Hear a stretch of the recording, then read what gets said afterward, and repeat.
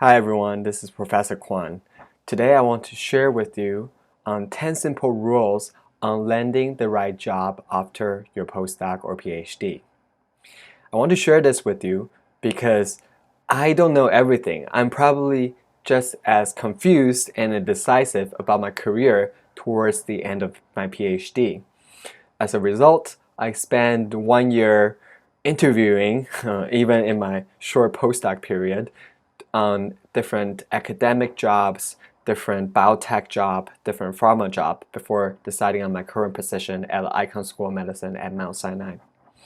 So I really want to share what I learned along the way from many people that have helped me and from being exposed to many information. And I want to distill these lessons into three major phases. The first major phase is exploration. You need to start exploring by knowing yourself, the most important thing. And here on knowing yourself, I think there's a macro level and a micro level. At the macro level, I'll share two quick tips. One is the funeral test. Imagine you are going to a funeral and you walk up to the person that's passed away and you realize that's yourself. In that funeral, what do you want your friends, your family, your loved ones, and your colleague to share about who you are and what you have done? And think about that in terms of your career. What would you want the legacy of your career to be? The first step into a career choice might seem minor, but it really paves the way to this eventual legacy and is worth thinking seriously about. Second is the famous Haddock concept of looking for the intercept between what you are passionate about, what you can be the best at, and what pays the bill. If you can find that, and that's something you can really enjoy and thrive at, that may be a good sign. On the micro level, I will just share a couple questions here to ask yourself. One is who's someone you really admire in the career, or multiple people that you really admire in the career.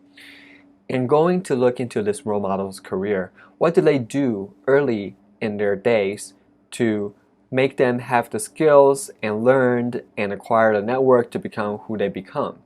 What do they do along the way that really paved the way to become this person you really admire? And perhaps that's a good place to think about maybe there's something you can emulate or learn there. Secondly, in your PhD or postdoc career, research typically is multidimensional. And it's good to think about what do you enjoy doing every day? Do you enjoy the days when you are doing more writing, or do you enjoy the days when you're doing more experiments or coding? Do you enjoy the days when you are having a lot of meetings and coordinating with a lot of people, or do you enjoy the days where you're working in solitude and reading and thinking? Those are all important questions for yourself, and it is worth considering, always asking and knowing yourself better. Number two, talk to everyone. In a way, all the choices you have are limited by your view. If your view is really broad, you can see a lot of choices and opportunities you may have that you might not know before by being in just the ivory tower we're all in. So talk to everyone, because we are all in an academic research environment, but most PhDs don't end up becoming academic. Talk to the ones that went to consulting, the ones that go into pharma, the ones that go into policy, talk to the ones that go into teaching. Normally people are really open to share their advices, especially for people who might potentially want to follow their path. And it is also important because that when you apply to jobs, even if it's just a remote contact, it often gets your first feet in the door. And trust me, that will really help. Number three, gather the data. Now you talk to different people, it is also important to do your own homework and read diversely to know what are the trends and industries you're excited about. Maybe you can read into their magazines and journals. And also, now there are more information available online in websites like Glassdoor. Let's say once you find a field you're interested in, you can go and take a look about what that company's employees think about working in that company. Are there important culture changes that may not be so obvious from the outside? Number four, conduct mini experiment. As scientists, we're all great at doing experiment. And before you do experiment, it might be hard to know whether you enjoy doing consulting, whether you enjoy doing IP law, whether you enjoy teaching. Fortunately, in many schools and many institutions, there are students or postdoc group that let you explore these different kind of mini projects, such as quarterly consulting project, such as you can go to an incubator and try to find like-minded individuals to start companies, or you can explore mentoring a high school student in research, etc., etc. Try it out, and if you can't find it within your immediate school, maybe there are other departments, other schools within your institution or outside your institution that you can be in contact with. The greatest thing about being a trainee is that a student or a postdoc is almost always welcomed, no matter where you go to. Number 5, sympathize with your future self. Now you know yourself and your potential future feel better. Sympathize with yourself 3 years down the line or 10 years down the line. For that that's 3 years down the line and 10 years down the line, would you be happy about what you have accomplished then, or would you feel kind of empty? You wasted these years. Is the job satisfying to you? And then the other, at a macro practical level, do you enjoy at that 3-year point or 10-year point the day-to-day of what you're working on and the activities that you might be doing in that specific role?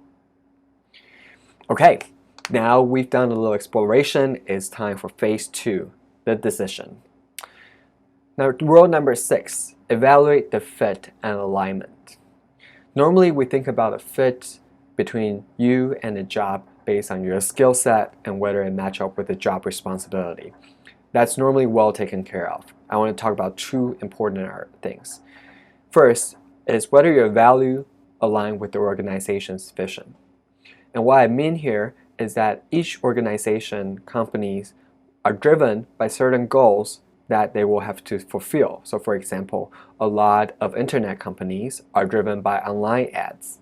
And so your role, if you go in with a data science skill, is really help them drive this really powerful economic engine that can generate a lot of value.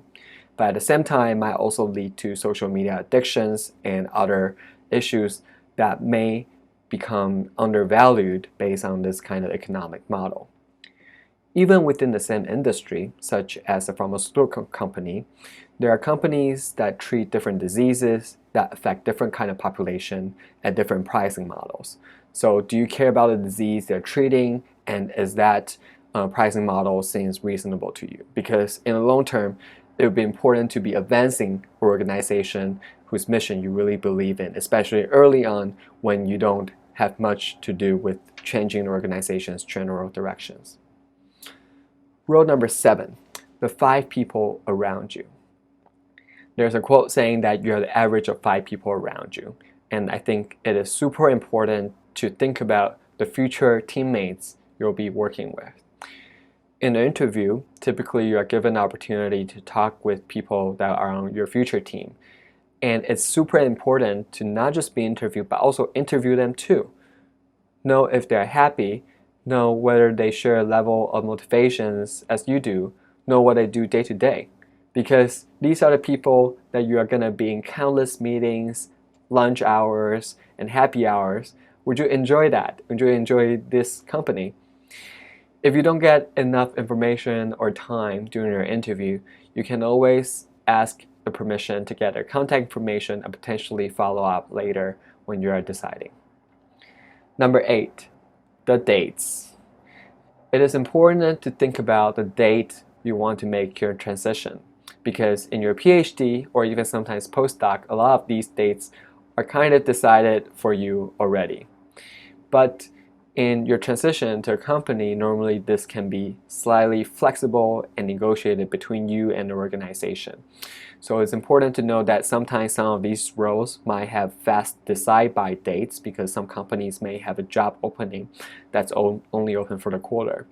And especially if you're international, a lot of us are, to think about how your visa transition might work out so you'll be in places smoothly without any abruptions. Number 9, location. This is another often underestimated aspect of a job because it comes with the location that you need to be in. And you might think that you only be there for a few years, which is a totally fine choice as well. But it is also the place where you accumulate more network, more friends, and so your chance of staying become higher and higher. If you're moving with your family, definitely seek their opinion and respect their opinions, or think about whether you want to keep in touch with your friends, your other families, etc. One tip here is you can always try to find ways to stay additional few days to experiment living in that place when you go on an interview, if you're unfamiliar with that place. Phase 3, fulfillment. Now you have explored and you have decided. I want to talk briefly about fulfillment. I think it's important to settle in because you might be missing your old lab, your old lab mates in the beginning. That is perfectly normal. And then to think about contributing, because in the beginning or even later you might feel like the progress is slow, you are only doing very trivial work. But think about all the years you've done your PhD to make a small dent on human knowledge. If you've done all the other roles correctly, you are aligned with your value, with the organization's mission, you are working at the right place with the right people, I'm sure your work will accumulate to substantial impact that will be important for yourself and humanity. And lastly, I think as scientists, we're privileged to know that there are just as much we know and perhaps much more that we don't know. It is very fulfilling to continue to see opportunity to learn, to continue to see opportunity to grow. In a way, I think you can also think about a career like your PhD career or experiment where you ask an important question, you solve it, and then you ask the next one. And eventually you keep solving important questions for yourself, for your society, that can lead to a fulfilling career and the right choice in landing the perfect job after your PhD or postdoc. So with that, I provided some additional information in a companion article that have specific tips and specific questions you can ask yourself, specific advice that I got from other people. I've totally recommend you checking it out. If you have any comments, feel free to let me know below, and if you want to subscribe to the channel, that would be great. So thank you so much for watching.